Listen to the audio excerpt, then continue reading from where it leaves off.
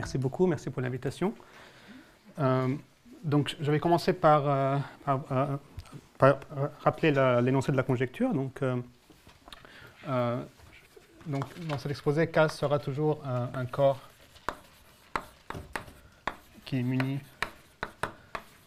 d'un prolongement complexe.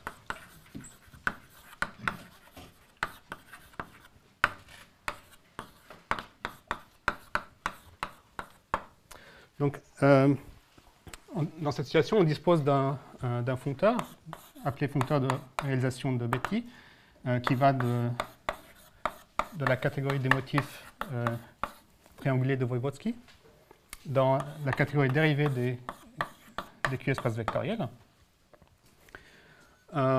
Donc, qu'est-ce qu'il fait ce foncteur? Et, en particulier, il envoie le motif d'une variété lisse X sur quelque chose qui est quasi isomorphe à un complexe de chaînes de l'espace analytique associé à X.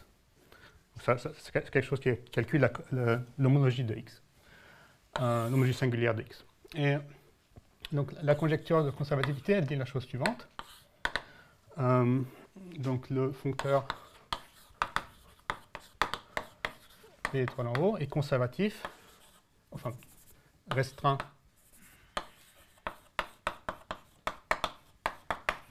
au motif géométrique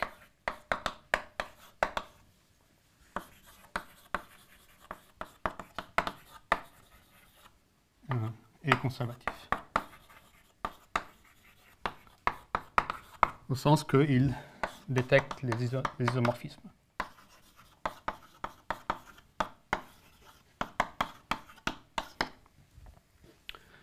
Alors, qu'est-ce que c'est que les motifs géométriques? Je vous rappelle. Donc, rappel. Comme motif géométrique, enfin, la sous-catégorie qu'on note normalement, en général, habituellement DMGM Q, qui est dans DM. Donc ça, c'est la catégorie des motifs géométriques. C'est la plus petite sous-catégorie triangulée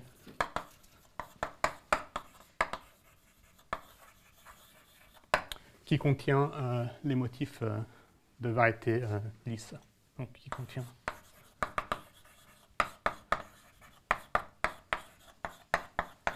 les MX pour X lisse.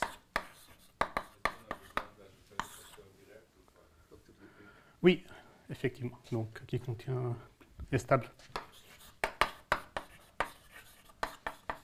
On n'a pas besoin, mais la conjecture sera beaucoup plus intéressante si on fait ça aussi. Stable par facteur.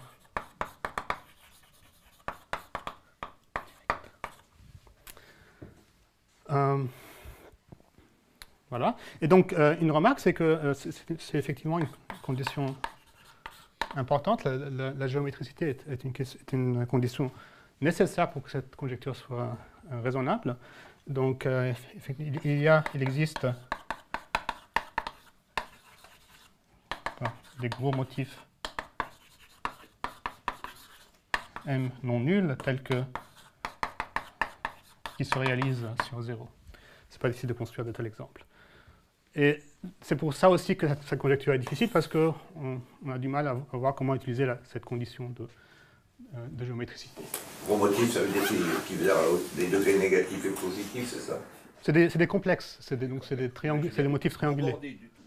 Non bornés. Enfin, il n'y a pas de test structure pour parler de bornés, mais... C'est un télescope quelque chose? Pardon? C'est un télescope ou quelque chose qui fait ça?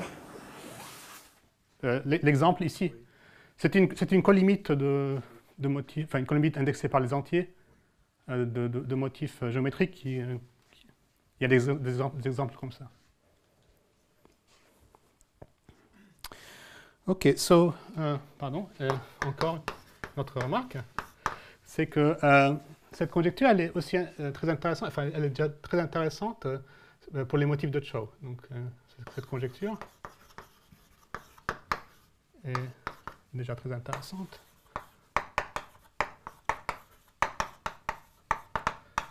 pour les motifs de Chow.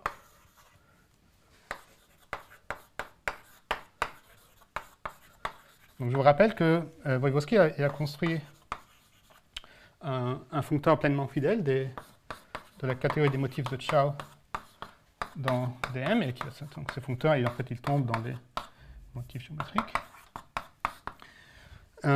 Et donc, cette conjecture entraîne que aussi la restriction de la relation de Betti au motif de Chow est aussi conservative. Et cet énoncé, il est très intéressant parce qu'il a beaucoup de conséquences concrètes sur les cycles algébriques. Donc, je mentionne simplement la conjecture de bloc pour les surfaces, qui est donc une conséquence immédiate de cette conjecture. C'est les propres, oui. Ok, donc encore pardon. Alors, comment ça marche avec ça?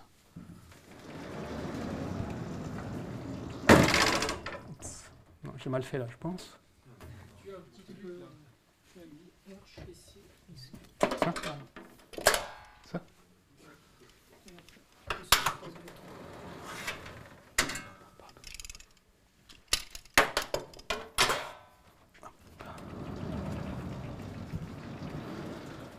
Ok, donc.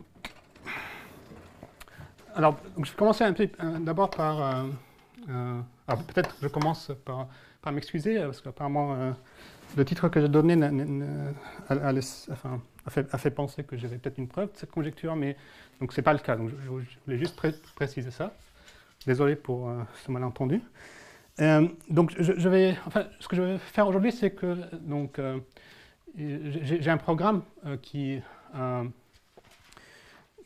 a pour but de prouver cette conjecture, mais ce programme n'est pas encore terminé, c'est encore en cours de travail. Et aujourd'hui, je veux juste expliquer un point que je trouve intéressant dans ce programme, un point qui est un peu nouveau peut-être, et qui s'appelle donc, c'est la notion de P1 delta localisation. Donc, mais pour arriver à ce point-là, je dois d'abord rappeler des choses. Alors, donc je vais d'abord expliquer la notion de motif, tenseur conservatif.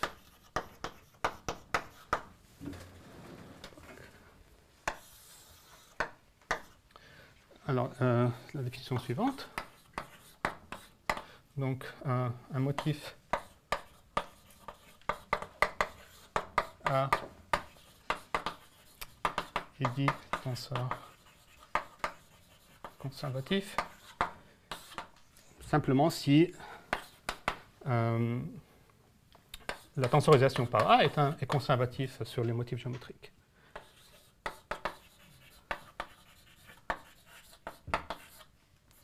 Conservatif sur les...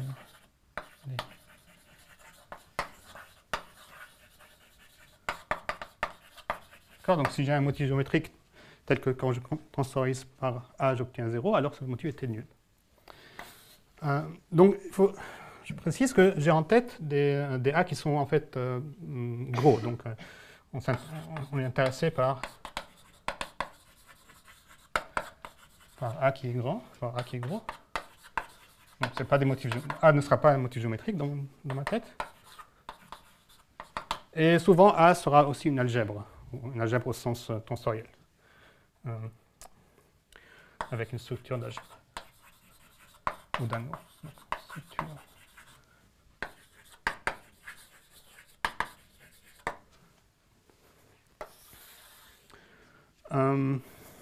Alors, quel est le lien avec la conjecture qui m'intéresse? C'est le lien est donné par le lemme suivant.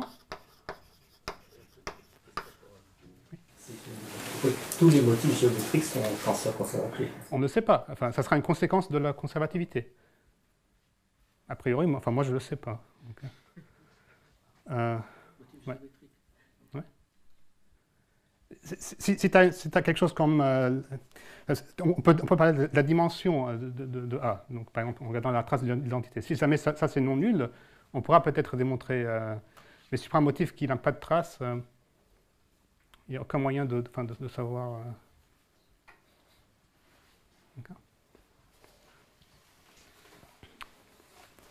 Alors, le lemme c'est le suivant. Donc le foncteur de réalisation de Betti admet un adjoint à droite.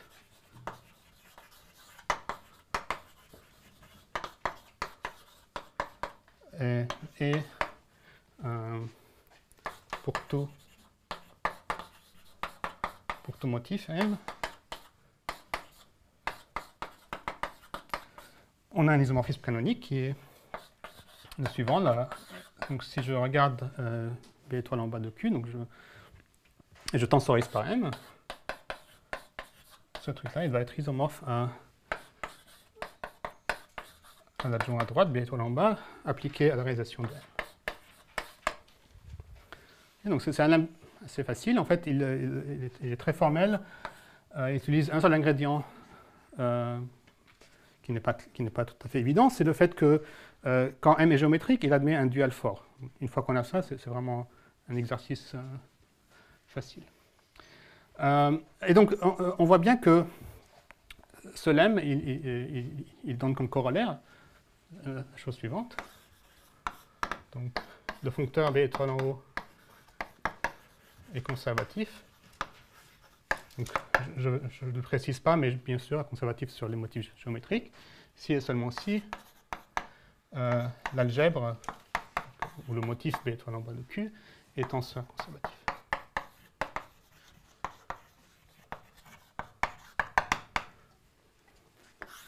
Bien sûr, un truc comme ça ne nous avance pas du tout, parce que, bon, on n'a rien fait, en fait. Et donc, cette algèbre, elle est, donc ce B étoile en bas de Q, c'est un truc pas facile à travailler avec. Alors, juste peut-être une remarque. Qu'est-ce que c'est que cet objet? B étoile en bas de Q, c'est un motif qui n'est pas du tout géométrique. Donc, c'est un objet qui représente, donc c'est un motif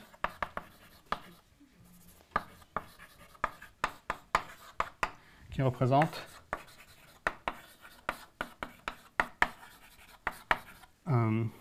la cohomologie singulière.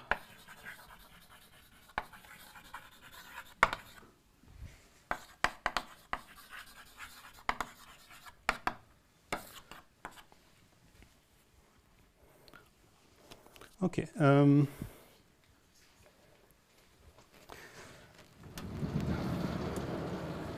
Alors, une autre remarque. Donc, cette remarque sera utile plus tard, donc pour faire le lien avec ce que je vais dire plus tard.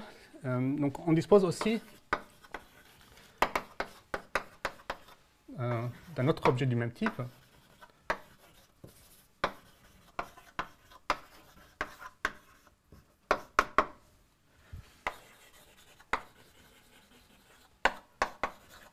Donc, que je note oméga avec un tiré en bas, pour des raisons qui seront plus claires plus tard. Donc c'est un motif encore, et qui représente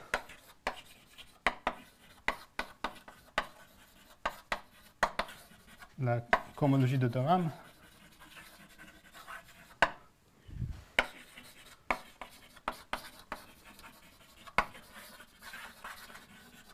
algébrique, dont on a entendu parler ce matin. Et le théorème de Grothendieck, le théorème de comparaison de Grothendieck, qui a aussi également été mentionné ce matin, en fait se traduit par un isomorphisme entre l'objet B étoile en bas Q, donc qu'il faut tendre l'escalaire à C, avec cet objet-là, où je tends l'escalaire à C aussi. Et donc, pardon, quand on dit qu'il représente, c'est sur la catégorie DM tout entier. Oui. Tout entier. Et donc, comme conséquence de ça, c'est encore trivial, c'est que B étoile en bas de Q est tenseur conservatif, si et seulement si oméga est tenseur conservatif. Et donc, en fait, plus tard, il sera plus pratique pour moi de penser en termes de ce oméga. Donc, alors pour aller plus loin, il faudrait que j'explique brièvement qu'est-ce que c'est qu'un motif. Donc,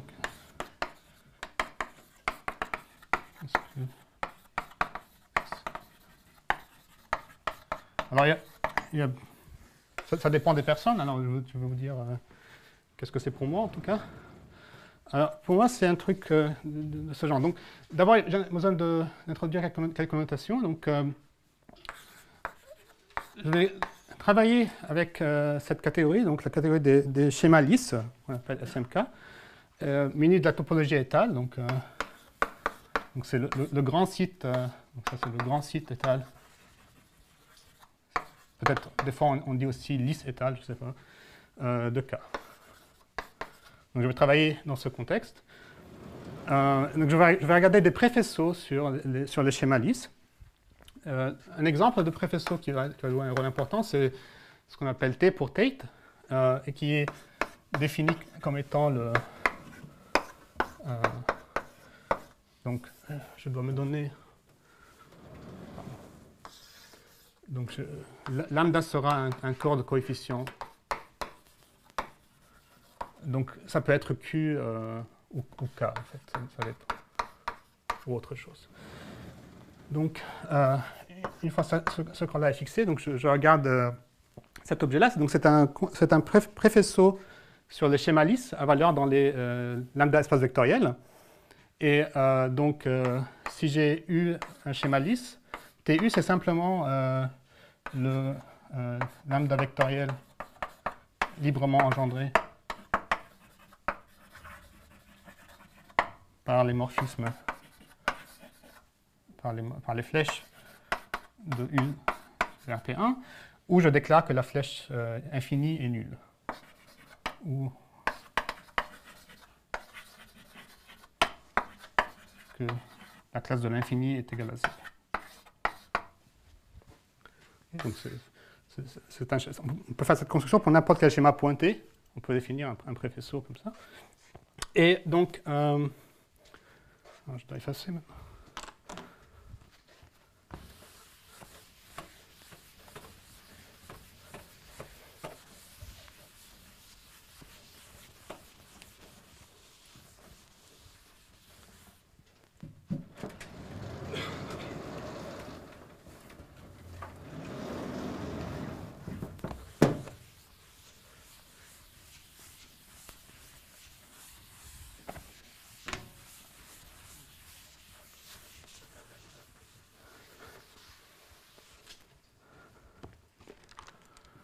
Donc, voilà, donc j'aurai besoin de cette définition. Donc, un T-spectre. Donc, pour être précis, il faut dire en complexe de préfaisceau sur les schémas X. Donc, c'est quoi? C'est la donnée. Enfin, c'est une famille comme ça, où En est un complexe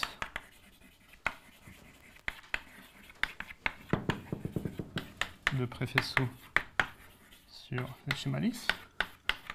Et gamma n, c'est un morphisme de complexe de préfaisceaux qui va de T tenseur En vers En plus 1. Donc c'est un truc qui fait le lien entre le niveau n et le niveau n plus 1. Donc cette notion est bien sûr bien connue en topologie, en topologie algébrique, où on parle souvent de S1 spectre, où S1 c'est la sphère topologique. Donc là c'est l'analogue de ça, et on pense bien sûr à T comme aussi une sorte de sphère. Et donc maintenant je peux dire ce que c'est qu'un motif, donc définition. Un motif est un T-spectre, comme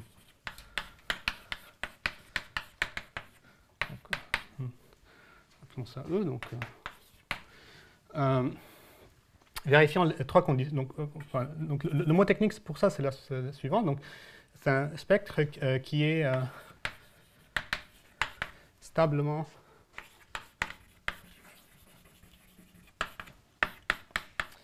A1 étal fibrant. Alors, ça veut dire trois choses. Donc, c'est la même chose que les trois conditions suivantes. Donc, un, c'est en fait, qui correspond à l'étal ici, c'est qu'on demande que les EN sont... quand je vais encore utiliser le mot fibrant, mais je veux dire ce que c'est. Donc, il est étal fibrant dans le sens que il calcule déjà la cohomologie étale. Ça veut dire que si je regarde... faisons ça comme ça. Donc, si je regarde la cohomologie étale d'une variété X à valeur dans ce faisceau EN, c'est simplement donné par la cohomologie du complexe ENX. Okay, donc c'est dans ce sens, on dit qu'il est étal fibrant, ça veut dire que c'est un petit peu comme dire qu'il est un faisceau pour la topologie étale, mais dans un sens un peu dérivé peut-être. Donc on ne demande pas que c'est un complexe de faisceaux, c'est un complexe de pré-faisceaux. Oui. Et dans les théories, donc, il y a la notion par exemple de complexe de troupes fibrants pour le complexe dans la catégorie abélienne. Donc ici, on peut considérer aussi ça pour le complexe de faisceaux étale. Oui. Est-ce que ça donne la même notion ou c'est un peu différent? Même notion, plus ou moins.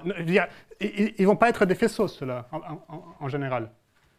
Mais si tu les faisceautises, en fait, ils vont devenir fibrants dans le sens que tu viens de dire. Et, à quasi-isomorphisme près de pré-faisceaux, les choses sont pareilles. OK?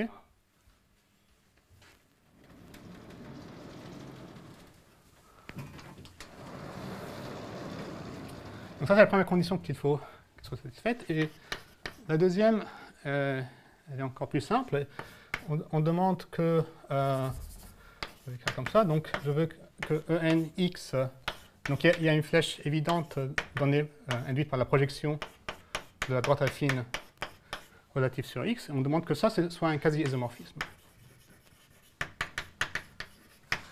Et la troisième condition... Donc, ça, c'est ce qui correspond au A1 dans la terminologie. Et le stablement, c'est donné par la troisième condition, c'est la suivante. On demande que le morphisme canonique de encore NX, qui va dans En plus 1 P1 infini par X, est un quasi-isomorphisme.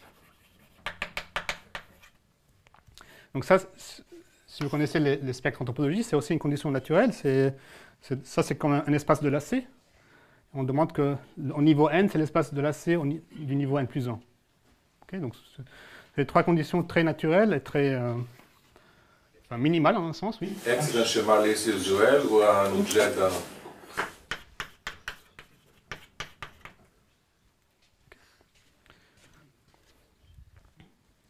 Voilà, donc, ces trois conditions qui sont naturelles, élémentaires, pas compliquées, et minimales, en un sens, si on veut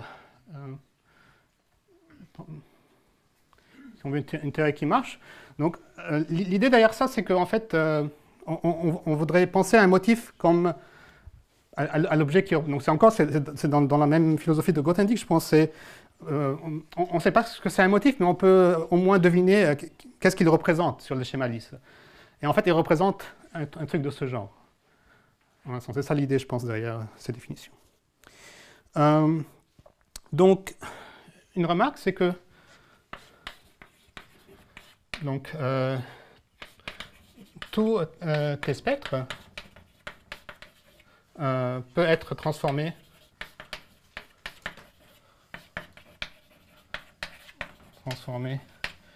en un motif d'une façon plus ou moins canonique. Donc, canonique encore, c'est bien sûr à homotopie près et tout. Et pour cette raison, donc, il est souvent pratique d'appeler motif juste n'importe quel T-spectre, on l'appelle motif, et en fait on pense plutôt à cet objet comme vivant dans une catégorie où un T-spectre et son transformés par cette opération sont identifiés, en un sens. C'est une espèce de foncteur de faisceautisation. C'est plutôt, c'est comme une résolution Donc il y a une festivalisation, mais après il faut transformer ce truc en un truc qui est invariant, et puis le rendre stable. Donc c'est des opérations de ce genre. C'est aussi, dans le sens, au sens des catégories de modèles, c'est vraiment un foncteur de rendre quelque chose fibrant. C'est rien de plus que ça. Et quelle est la relation avec les définitions précédentes dans la théorie de Blavatsky et la théorie A homotopique et tout? Bah, c'est ça. Je n'ai pas inventé quoi que ce soit. Peut-être que j'ai écrit avec d'autres mots, mais c'est la même chose. Okay. Donc, juste pour plus tard.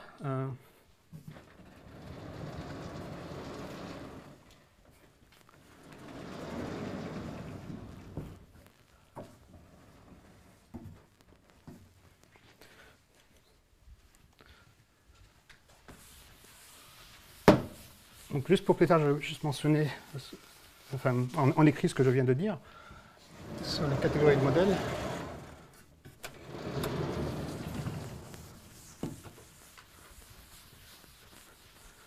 Donc, si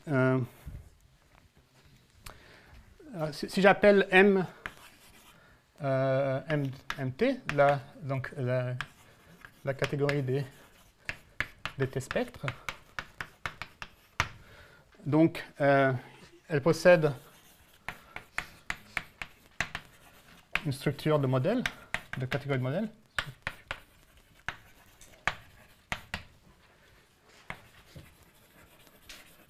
Donc le mot technique pour ça, c'est que donc cette structure elle est qualifiée de A1 étal local stable.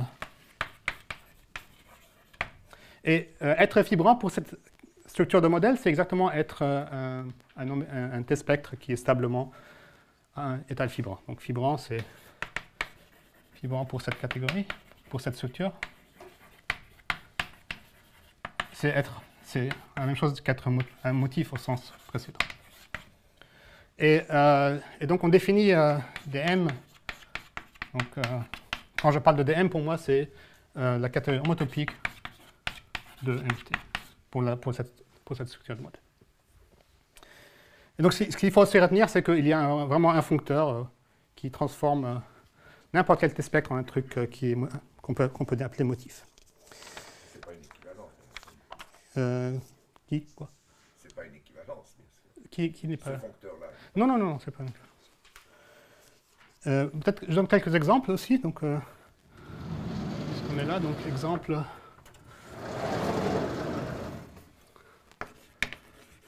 Donc, l'exemple le plus important, c'est peut-être ce truc-là. Donc, cet objet-là, donc qu'est-ce que c'est exactement? C'est les données en tant que spectre par... On prend T, on l'élève à la puissance tensorielle n, et puis on tensorise par x, au sens naïf. Donc x, c'est un schéma, mais on peut donner un sens à ça. Et donc ça, c'est par définition le motif de x, ou plus précisément, le motif de x, c'est ce truc-là auquel on a appliqué ce foncteur de A1 localisation. Et puis plus généralement, si f est un complexe de préfaisceau sur les schémas lisses, je peux parler de sa suspension à l'infini, définie de la même manière. Et notre exemple le plus intéressant, c'est le suivant. Donc, il y a cet objet oméga que j'ai déjà mentionné. Donc, c'est quoi? C'est donné par, en tant que spectre, c'est donné par la collection des oméga shifté par 2n. Où, donc ça, c'est vraiment simplement le complexe de De Rham auquel tout le monde est habitué. Hein. C'est l'exemple vraiment le plus simple de motif. Et en fait, celui-là, il est déjà à un étal stablement local. Et il a toutes les propriétés pour être un motif. Il n'y a pas besoin de le transformer. Il est très, déjà un motif, au sens... et aussi, par construction, il représente la homologie de De Rham. Donc, OK. Donc, alors, je vais continuer par un paragraphe de motivation pour ce que je vais dire plus tard.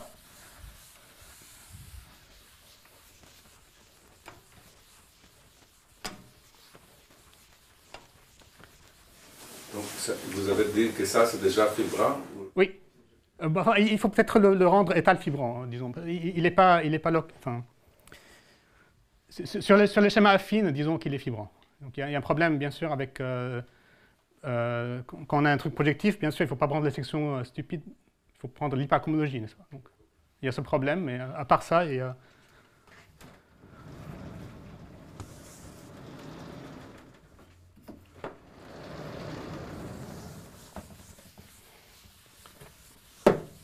Mais on peut se restreindre au schéma les affines dans la définition. Non, non, je n'avais pas dit ça, mais on peut. On peut faire ça, oui.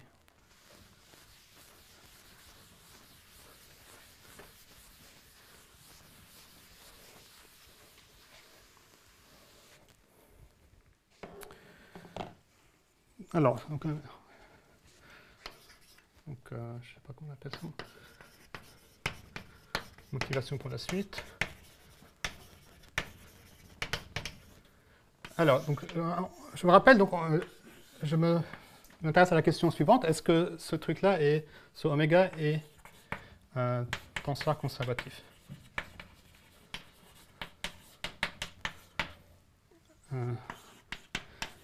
Donc, un peu pour se réchauffer, on peut se poser une question similaire, mais peut-être plus facile. Alors, la suivante, c'est qu'est-ce qui se passe si je regarde plutôt le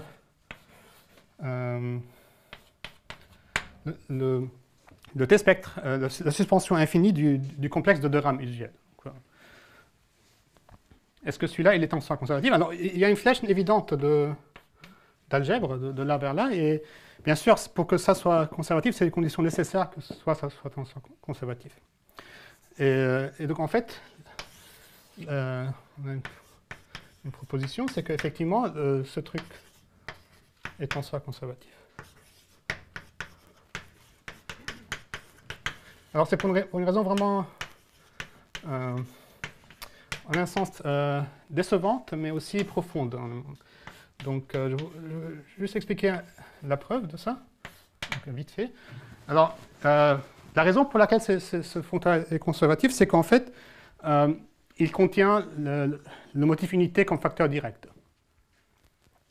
Plus précisément, donc si je regarde, alors j'appelle K0 le motif unité, donc là on est à coefficient dans K, c'est les motifs à coefficient dans K, qui va dans ce truc. Donc, alors, ça c'est vraiment la suspension infinie du préfaisceau constant de valeur K. Il va dans suspension infinie de oméga. Et ce morphisme admet une rétraction.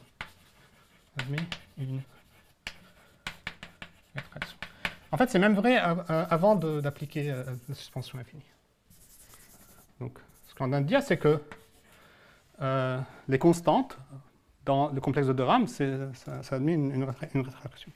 Bien sûr, ce n'est pas une rétraction naïve, parce que elle ne va pas être définie sur les complexes. En fait, c'est une rétraction dans la catégorie dérivée des peut-être vaisseaux, alors disons étals, sur les schémas lisses. Donc, à quasi-isomorphisme près, je peux trouver une rétraction.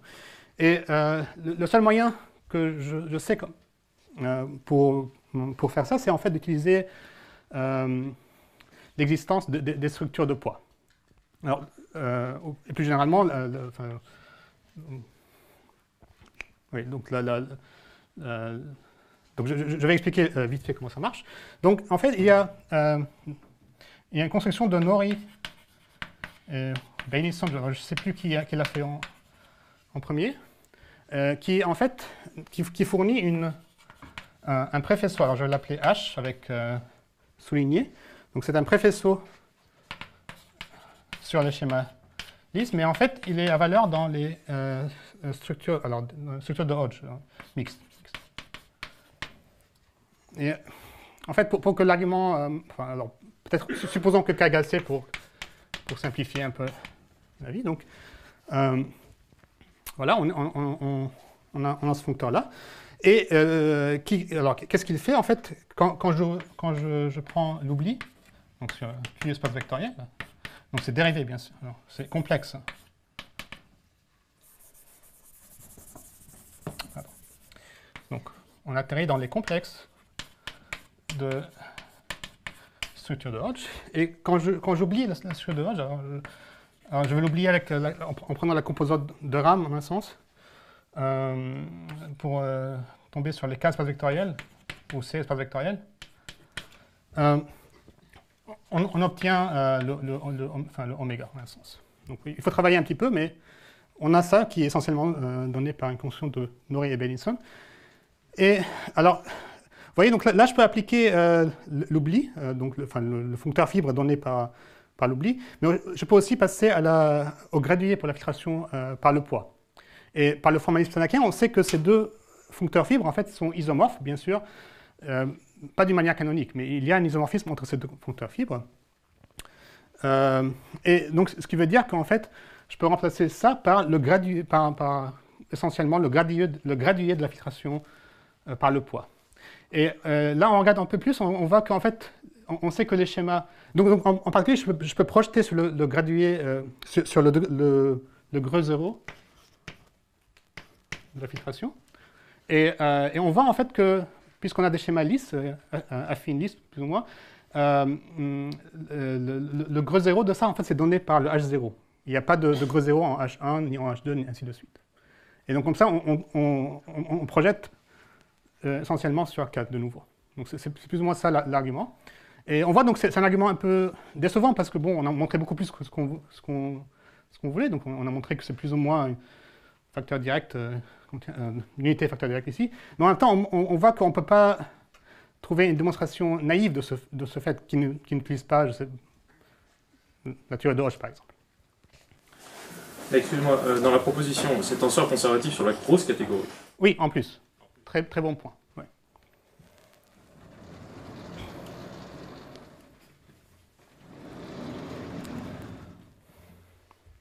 Voilà, donc, alors, la question que je me pose, alors, est la suivante, alors. Donc, quelle est la différence, quel est le lien entre ce qui m'intéresse, donc c'est ce truc, et celui-là.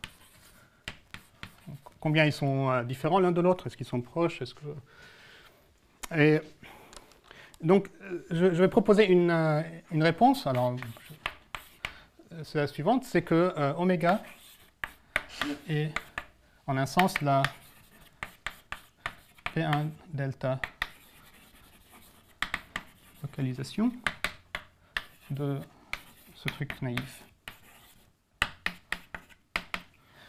Et donc, c'est ça ce que je vais tenter d'expliquer dans la dernière partie de mon exposé. Donc, donc ce qui sera donc, ça parlera de feuilletage. Et donc, je vais devoir rappeler vite fait ce que c'est qu'un feuilletage. Donc, un feuilletage, dans un sens un petit peu généralisé. Donc c'est un triplet constitué d'un schéma. Une question toute bête pour suivre. Donc, explicitement, la valeur de oméga soulignée la valeur de sigma infini. Donc c'est quoi sur un schéma? Bah, celui-là, on sait très bien, c'est comme G2 de RAM. Ça, on n'a aucune idée. Par définition, c'est la colonie de... Bah, donc il faut rendre cet objet fibrant. Donc il y a d'abord il est ni étal local, ni un local, ni stablement. Donc il faut appliquer trois opérations qui sont très inexplicites, qui font intervenir des complexes dans tous les sens et des colomies dans tous les sens. Et c'est très compliqué. Donc c'est pas. Donc tu vois, donc, comme j'ai dit, ça contient le motif unité. Donc ça contient la homologie motivique déjà, comme facteur direct. Et voilà. Donc c'est... Okay. Donc, Mais tu es sûr qu'il y a autre chose? oui, oui, oui, oui. Enfin, il est très grand. Ouais. Donc, alors, un cas feuilletage, c'est un triplet comme ça. Alors, avec X, un schéma. Alors, pas forcément lisse, ni même de type fini. Donc, juste un schéma. Oméga XF, localement libre de rang fini sur OX. Alors, D, c'est une dérivation.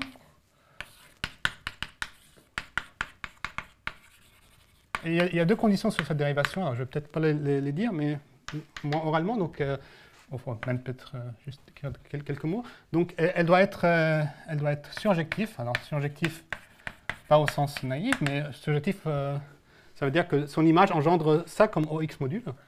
Et elle doit être intégrable, que je ne vais pas expliquer. Mais donc, si vous connaissez la définition d'un feuilletage, vous savez bien sûr de quoi il s'agit. Oméga, c'est oméga 1, bien sûr. Pardon? Oméga, c'est oméga 1. Oui, oui. C'est oméga, c'est oméga. On peut mettre un. Si vous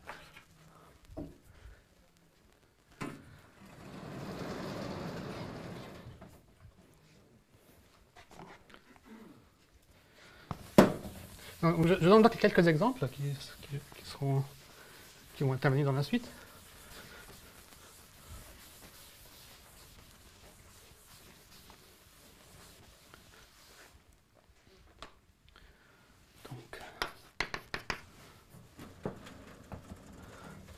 Alors, l'exemple le plus bête, c'est, bien sûr, on prend un schéma X, n'importe lequel, et puis je mets un delta ici, et je pense à ça comme le triplet X avec 0 et 0. Et donc ça, c'est le feuilletage discret associé à X. On pense que les feuilles sont données par les points. Ensuite, il y a le feuilletage grossier. Donc si X, là, il faut que X soit lisse pour que ça tombe dans la définition. Donc, c'est un feuilletage grossier avec associé à X qui est lisse.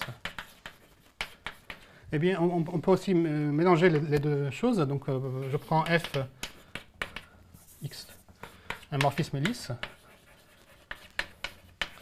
Donc, j'ai un feuilletage, bien sûr, associé à ça, qui est le X sur S, qui est donné par X, oméga X sur S et ds.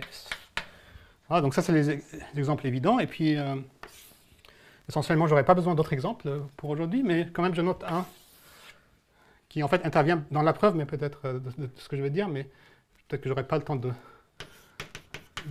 parler de la preuve. Alors, c'est l'exemple suivant, c'est quelque chose qui a à voir avec l'exponentielle. Donc, il y a un feuilletage sur la droite affine croit le... Ça, c'est GM, j'aime bien noter E1, qui est donné comme ça. Donc, le schéma, c'est bien sûr spec K, T, E, E-1. Et ce que je fais, c'est que j'impose une relation entre les différentiels. Et la relation que j'impose, c'est la suivante. C'est de E moins E dt.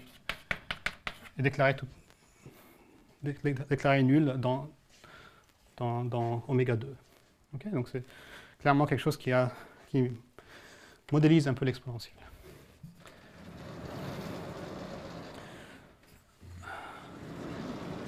Bon.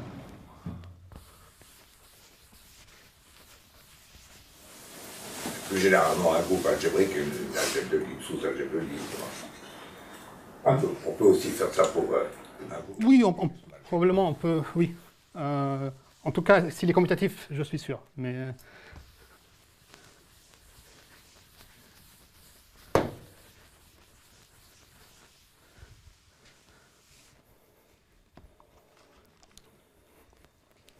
bien, donc alors donc le P1 delta dans le titre, c'est bien sûr le P1, mais considéré comme un schéma, enfin un feuilletage discret. Et donc donc je vais faire une définition. Alors bon, c'est une définition évidente. Alors donc j'appelle SM from Ah, donc ça, c'est la catégorie de feuilletage. Donc, bien sûr, elle contient des listes de deux manières même, mais en fait, bien sûr, il faut plutôt prendre ce foncteur-là. Donc, on peut aussi plus ou moins faire...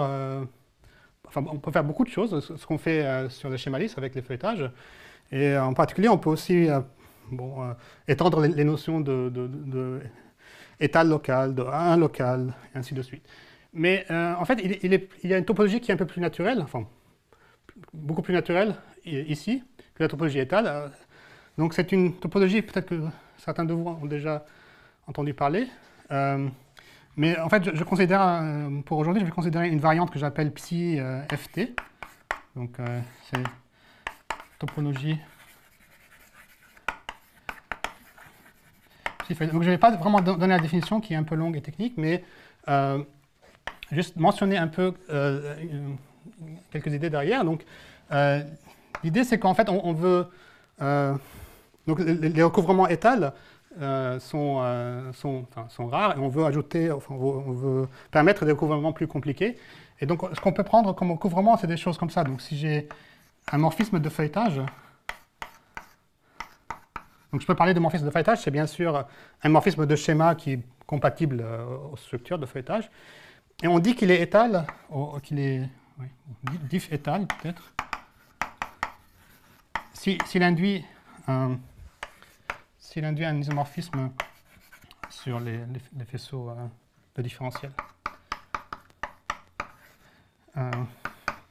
Et après, bon, bien sûr, on prend ceux qui sont surjectifs, mais peut-être avec quelques conditions techniques. Mais l'idée, c'est ça, c'est qu'on veut que des choses comme ça soient des familles couvrantes pour cette topologie. Alors, et voilà, donc on a la notion.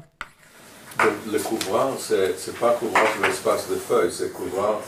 L'espace total, il doit être surjectif, c'est l'espace total, en fait.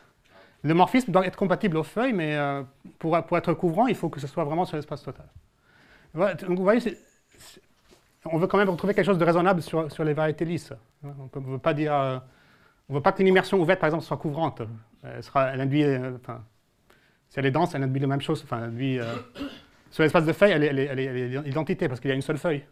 Mais on ne veut pas que ça soit surjectif, enfin, que ça soit couvrant. Donc on a la notion bon, bien sûr, fibrant pour la topologie, A1 et ainsi de suite, stablement, et ainsi de suite. Et donc je vais ajouter une troisième notion, c'est la notion d'être P1. Enfin, je mets le truc en entier, mais c'est un peu long peut-être, mais... Donc je dis qu'il est intéressant de regarder les objets qui sont fibrants aussi pour P1 delta. Qu'est-ce que ça veut? C'est quoi l'idée? C'est que donc un spectre ou un préfaisceau, il va être fibrant pour cette structure de modèle. Si, en plus des conditions que j'ai déjà mentionnées, bien sûr, il faut remplacer étal par cette topologie, mais en plus, je voudrais quand même que E P1 delta croix X, donc il y a une flèche évidente, soit un quasi-isomorphisme.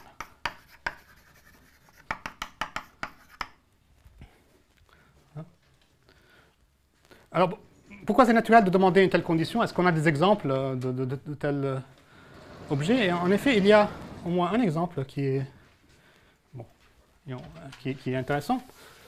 C'est le suivant. Alors, je vais...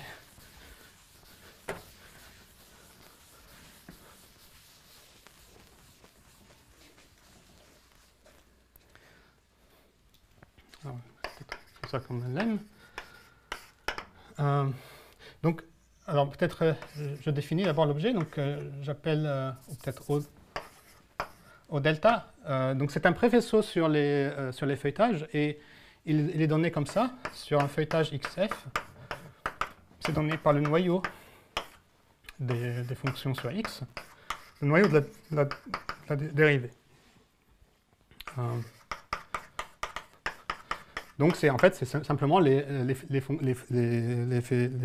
fonctions qui sont localement qui sont constantes, enfin, localement constantes sur les feuilles. Hein, donc c'est pour ça qu'il y a un O delta. Et il est représenté par un delta aussi, clairement. Enfin, représenté par. Donc l'M, c'est que ce préfaisceau est P1 delta invariant. Et la raison, c'est très simple. Alors, bon, il faut travailler, mais je vous donne juste la raison. Pourquoi c'est vrai? Donc, c'est parce que la cohomologie de P1 est la même chose. La cohomologie cohérente de P1, c'est la cohomologie du point. Invariant au sens naïf ou au sens dérivé? Donc ça, c'est au sens naïf, et même aussi au sens dérivé. Mais pour le sens dérivé, il faut travailler. Donc, ça, c'est la raison pour laquelle c'est naïvement vrai, mais c'est la seule raison qui compte, disons. Les autres, il y a du travail technique pour passer au monde dérivé. Et ça utilise beaucoup de choses. Ça utilise en fait un truc qui est aussi intéressant, à savoir que la cohomologie, alors, psi feuilletée d'une variété x à valeur dans ce O delta, c'est la cohomologie de de Gram.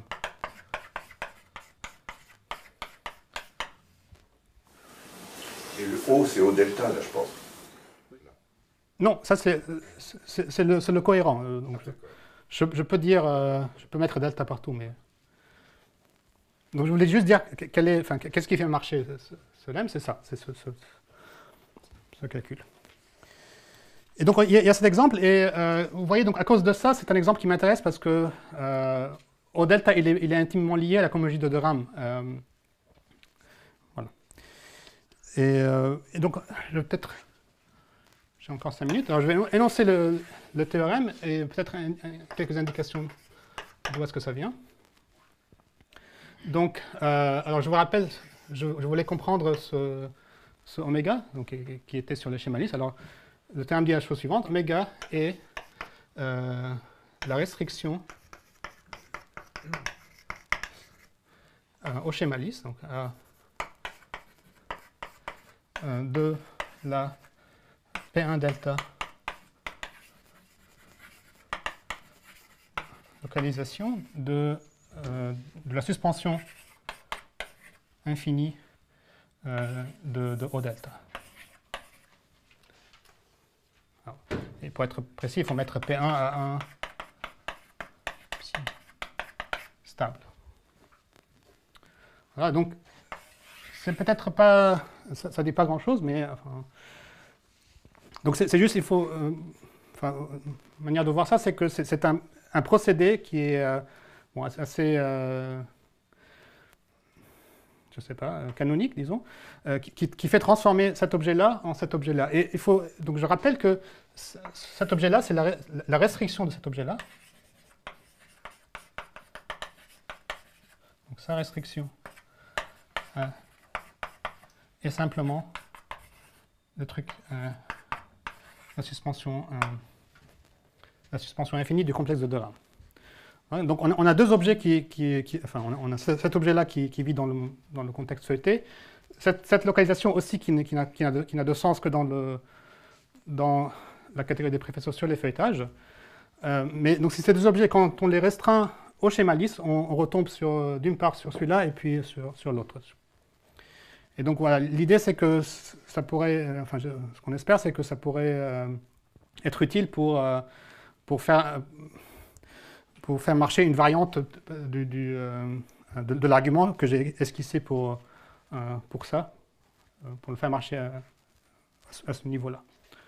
Voilà. Donc peut-être que dans le reste, en tant que me reste, je vais peut-être esquisser un peu la preuve de ce résultat, parce qu'on voit que ça fait intervenir des autres feuilletages que les choses un peu banales. Enfin, ça va.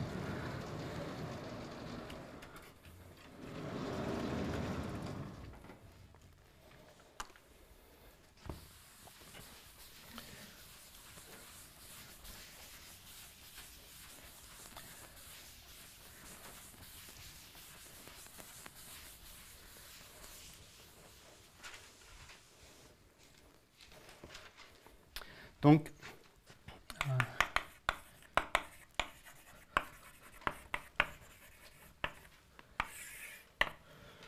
alors, donc le point crucial, c'est de montrer la chose suivante. On a ce sigma t infini au delta. Et on a un morphisme qui va dans le R-Om. Alors, dérivé dans tous les sens, bien sûr, de t à valeur dans sigma infinité au delta, et qui est simplement induit par la classe de 2 rames. Donc, on choisit une classe dans le H2 de rame de P1, et ça nous donne une section de cet objet-là, qui représente la conjugée de 2 rames. Et, enfin, avant le sigma t infini, donc une section de ça. Et on utilise cette section de ça, et le fait que ça, c'est une algèbre, pour construire cette flèche. Donc il y a une flèche comme ça. Et tout le problème, c'est de montrer qu'elle admet une rétraction. Donc on va montrer qu'elle admet une rétraction. Et donc l'idée, c'est de faire la chose suivante. Alors, donc, comme j'ai dit, donc, cette flèche, elle est essentiellement induite par une classe de cohomologie de 2 rames. Donc je vais introduire quelques notations. Donc, je regarde le complexe de 2 rames qui est tronqué. Donc ça a aussi un sens sur les feuilletages. On a un complexe de 2 rames sur les feuilletages, et donc je le tronque comme ça. Et puis on a une flèche de P1 vers, alors ça doit être P1, il faut que je réfléchisse. Oui.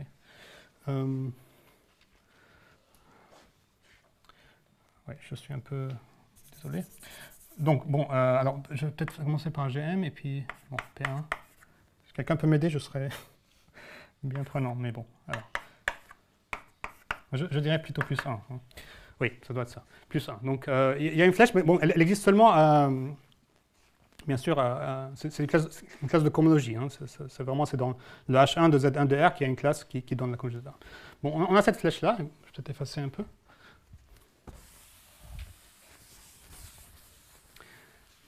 Et en fait, donc il est facile de voir que si... donc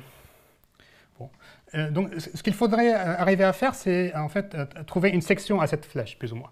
J'aimerais trouver une section à cette flèche. Alors, bien sûr, enfin une section. Ça n'existe pas, mais alors on peut quand même faire la chose suivante. On a une flèche d'un objet. Alors, je l'écris d'abord, et puis je l'explique qu'est-ce que c'est. Donc c'est un petit peu comme l'exponentielle, mais qui est compactifiée. Donc c'est l'union de deux feuilletages qui sont donnés par spec K et T. J'inverse pas E par contre, et je déclare que DE et moins E dt est égal à 0. Donc c'est un feuilletage, encore qui est lisse. Par contre, ce morphisme-là, il ne va pas être étal, en fait. Mais bon, c'est pas grave. Il y a un morphisme étal vers A1, en fait.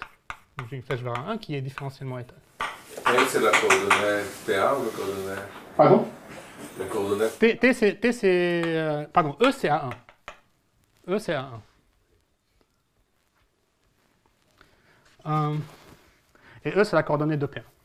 Voilà, et puis on a un truc sympathique qui se passe ici. On a une configuration de 4 choses qui sont contractées. En fait, on a 2 copies de P1 delta qui vont s'envoyer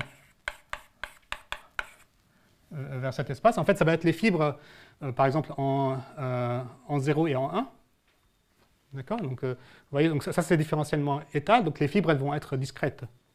Et ça va être ces deux objets-là. Et puis, par contre, on a 2 copies de A1 aussi.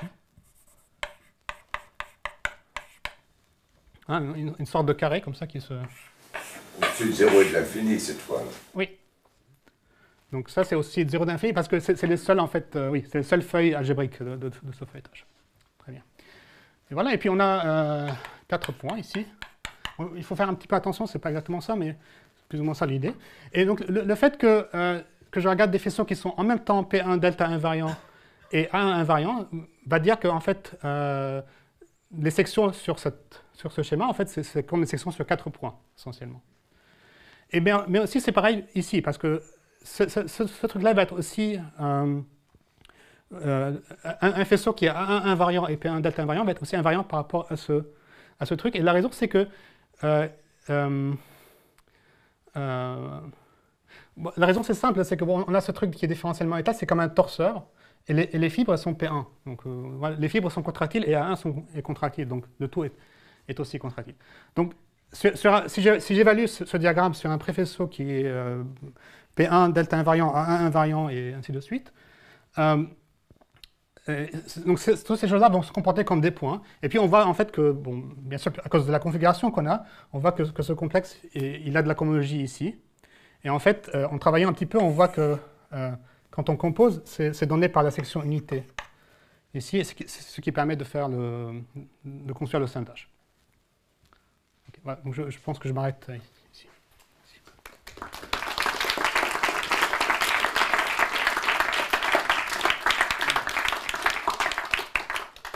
Y a-t-il des questions, des commentaires? À qui est due la conjecture Betty? Je ne sais pas vraiment, je n'ai pas d'idée, mais je pense que peut-être Beilinson, possiblement Beilinson, je ne sais pas. C'est peut-être une conjecture aussi un peu folklorique, parce que bon, elle est conséquence de conjectures, disons, plus fortes, par exemple l'existence d'une telle structure motivique telle que le cœur est anakien, ainsi de suite, ça entraîne des énoncés de ce type. Donc, bon. Mais je ne sais pas si quelqu'un, enfin, bon, je ne sais pas si il y a des informations. Elle figure par exemple dans le papier de... Oui, j'ai oublié. Pardon? Elle figure explicitement dans le court papier de Beilinson sur les motifs génériques. Très bien, bon, voilà. C'était le premier aussi enfin, oui, bon, alors c'est très bien. Je dois lire ce papier, en fait. Je me dis ça depuis des années. Quelle référence qu'il a dit? Le papier de Beilinson sur les motifs au point générique, ou quelque chose comme ça, ou motif de Chow générique. Yeah, generic point. Motif over generic. Y a-t-il d'autres questions? Si la conjecture est vraie, qu'est-ce qu'elle implique sur le comportement de B3 sur le gros DL? Est-ce qu'elle implique des choses? Non. Enfin, quelle sorte de choses? Sur son noyau? Ben, disons qu'il y a des conséquences qu'on aimerait avoir, mais bon, c'est peut-être une conséquence d'une preuve, si éventuellement il y aura une preuve un jour, mais des choses du genre, donc si on prend un motif dans DM qui est dans le noyau de la réalisation, alors, bon, enfin, je m'attends, disons, je pense que il n'y aura pas de morphisme de M vers un truc géométrique. Donc si je prends un motif géométrique, il n'y aura pas de morphisme non nul de M vers N. Donc, on a l'idée que ça va être un grand motif, parce que bon, s'il est non nul et qu'il est dans le noyau, il doit seulement être gros. Mais en plus, on peut montrer, on espère que quand même, il n'y aura pas de morphisme de M vers N. Des choses dans ce genre. Quel est l'énoncé sur une telle structure qui implique la conjecture? L'existence de la telle structure motivique dont le noyau est anakien. Donc il y a une telle structure, c'est que la réalisation de Betty est exacte, et ça définit un foncteur fibre, au moins sur les objets géométriques du cœur. Et il faut aussi que la telle structure préserve la géométricité aussi. Donc il y a tout un tas de propriétés qu'on espère sur la telle structure motivique qui à la fin entraîne. Oui, on demande aussi que le foncteur de Betty sur le cœur soit exact et fidèle. Oui, foncteur fibre. Donc, oui, c'est ce que exact j'appelle foncteur fibre, oui, exact et fidèle. On demande que c'est un foncteur Sur la cœur. Non, mais est-ce qu'on conjecture que la Kerr est anakienne et donc on a sur le motif géométrique, on a une opération de produit tensoriel et de dualité. Oui. Elle doit préserver tout ça. Donc, c'est automatiquement Tanakia ou pas? Non. Je pense que oui, parce qu'il y a ce théorème de Deligne qui donne... enfin, je ne suis pas tout à fait sûr, mais je pense que c'est probablement vrai, mais pour être sûr, on va le demander. Donc, on va dire que c'est automatique, enfin pas automatiquement, on demande que c'est un foncteur fibre. Ça dépend ce qu'on admet sur les motifs. Ah, et on démarque... Oui, voilà, il y a un terme de ligne qui peut-être entraînera ça automatiquement, mais bon. C'est une hypothèse de positivité, il faut que les puissances externes. Oui, voilà, donc ce qui est peut-être la conservativité aussi, donc voilà, je sais. Mais on démarque un objet géométrique est borné pour la telle structure à ça. Oui, donc un objet géométrique, il va avoir les tronqués qui sont géométriques et il va avoir juste un nombre fini de tronqués. Est-ce qu'il y a une intuition pourquoi la localisation par P1 delta devrait tuer la conservativité en dehors des objets géométriques? Devrait tuer? On a vu que ton sigma infini il était conservatif même sur les gros motifs.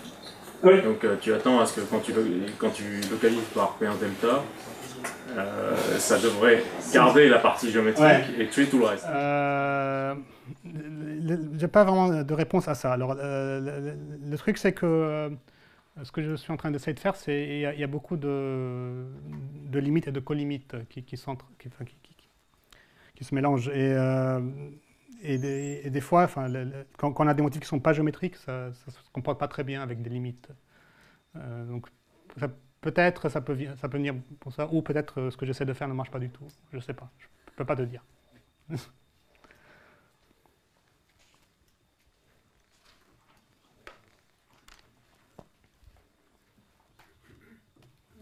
Il y a d'autres questions? Non? On remercie encore. Merci.